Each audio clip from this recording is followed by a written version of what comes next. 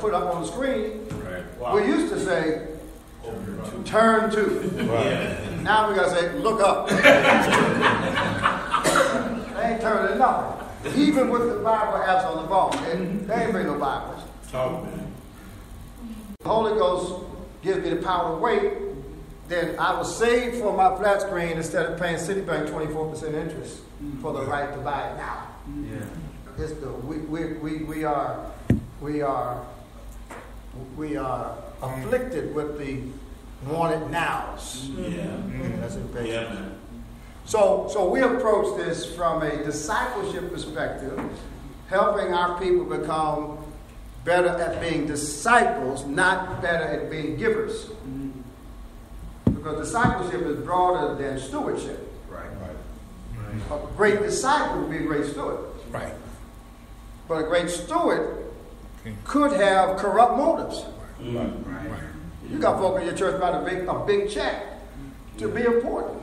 Right. Or to get a write-off. Just because someone gives a lot of money doesn't mean the person is a great disciple. That's right. Yeah. Jesus said a real disciple denies him or herself to follow Christ. So this is really about discipleship more than it is stewardship. Yeah. Second thing is evangelism. If you go to the D-Free website, well, no, they just changed it, but the other D-Free website was created by a woman who came to church because her boyfriend said, "You're starting a business. My church teaches classes about money." And she came on a Tuesday night to a class to hear about money, but she heard about Jesus.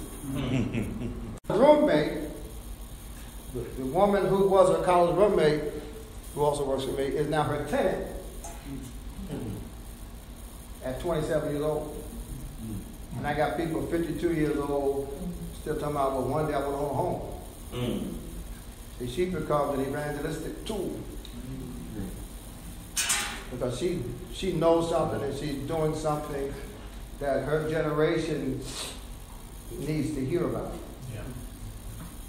So if we don't have an evangelistic strategy, the days of standing on street corners giving out tracts are completely gone. Exactly. Ain't nobody waiting on the corner at a bus stop for you to give them a tract and say Jesus saves. But if their friend tells them, look, we got something going here. We got people under 30 buying houses. Yeah. We're paying off student loans in 3 years, Then D3 becomes a hook, a magnet to attract people who otherwise wouldn't set foot inside the church. Or to a Bible study, or to a small group meeting.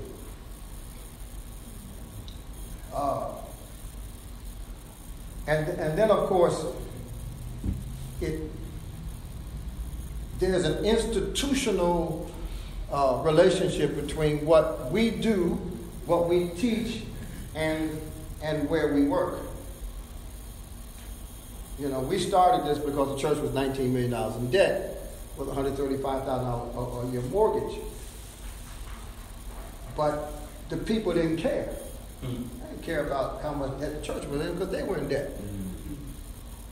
And so when the church began showing to the people through transparency that the church is now living the way we're teaching people to live, the church takes 10% of everything that comes in and puts it aside for ministry of some kind. We're building a house in Haiti, building a house in Ghana, and doing some other ministries. When they see that the church is supporting the indigenous community through benevolence, then what happens is the church becomes the mirror image of the people, and the people become a mirror image of the church. Right. So our capital campaign is a D-free capital campaign. And we approach this holistically to ensure that the institution and the people are growing together.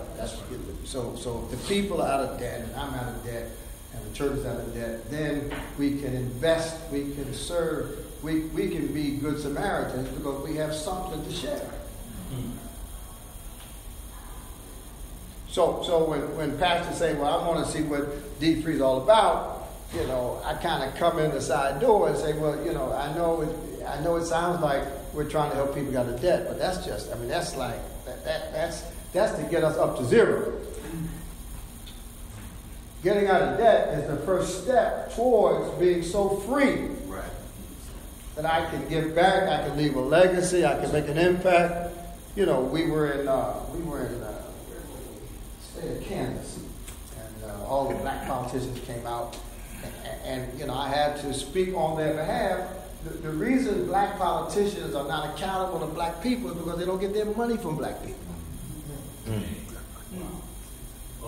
That's true. They don't get their money from black people. So if I'm running for a state representative, and I need black votes, I need white money to get the black votes. So y'all vote me in, but the white people pay the bill. So to whom am I accountable? Right. To the people who raised the money. Who raised the money? The party raised the money. So you get all these black elected officials, but they're paid for by white people. So they vote the way the people that raise the money tell them to vote. Period. Right. That's why we can't get black elected officials to oppose payday lending, because the black elected officials get their money from the payday loan industry. Well, And they're not going to get it from us. Right. But we're standing in line waiting for the right to buy a flat screen TV we can afford. So if you look at what would it take to build a church, it takes evangelism. We got to get more people in. right. It takes discipleship. When they get in, we got to teach them to observe these things, right? Right. Yes, sir. And it takes an institutional integrity so that people respect the place that they call church. And what's happening in our church is we don't have an outreach strategy. We don't have a method of getting our people to go deeper into the Word, and we don't have credibility as institutions.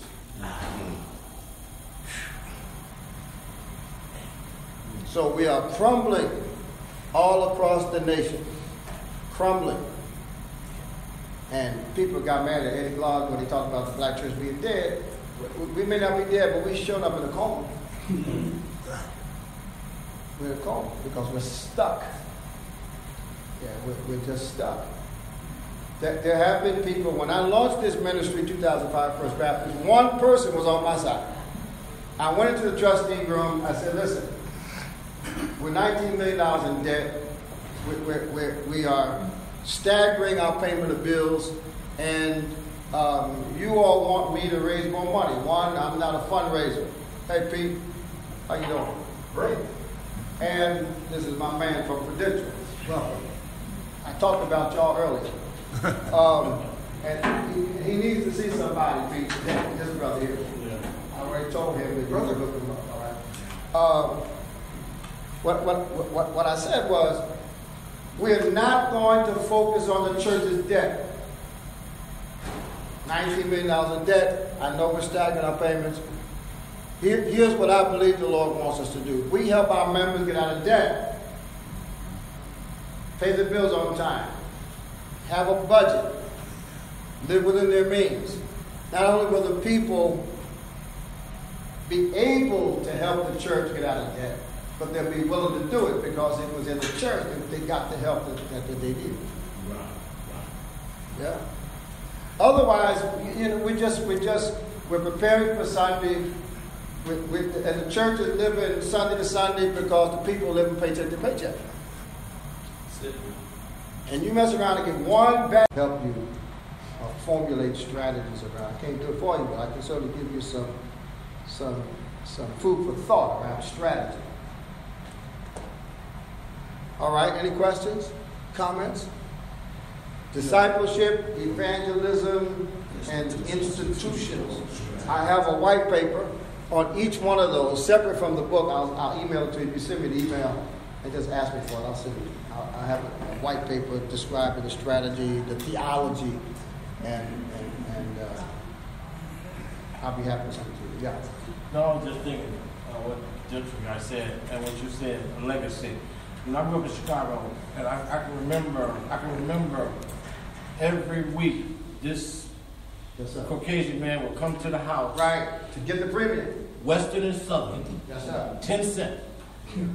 And my mother, I know she paid on that for 20 years. Right. And when she died, it was a $5,000 policy. I still had to add some money to it. And so, I mean, I'm looking at all this money that the dimes add up a week. Yes, sir. And so if we can get, I don't know, maybe we can talk to him or something. Maybe I know I can get the same much a dime a week or $200,000 policy. Yeah. I don't understand that, and I think we got. My grandma did the same thing. We're still on this mindset. Yeah. That's why I have been offered money by other companies, banks and others, to partner with D-Free. Number one, most of them don't have the financial stability of Prudential, which means that I'm always afraid to introduce you to somebody who may not be here next year. That's right. That's number one. Number two, I know Prudential, they're based in Jersey, I'm based in Jersey. But more broadly, if we don't take these financial products, mainly insurance, I mean, I'm a nut for insurance. When I was diagnosed with cancer, and I took my sons to the bank to see all of my business in case I didn't make it, you know, when they went in, they were downtrodden. But when they saw all my insurance policies and my real estate, when they came out, they were uplifted. When we went in the bank, they were like, woe is us. Yeah. But when we came out, Dad, I hope you make it. Something I want to make perfectly clear. Part of the reason why Prudential is partnered with Dr. Soros is I don't want a Caucasian to come to your house. I want somebody from your church where I can invest $200,000 into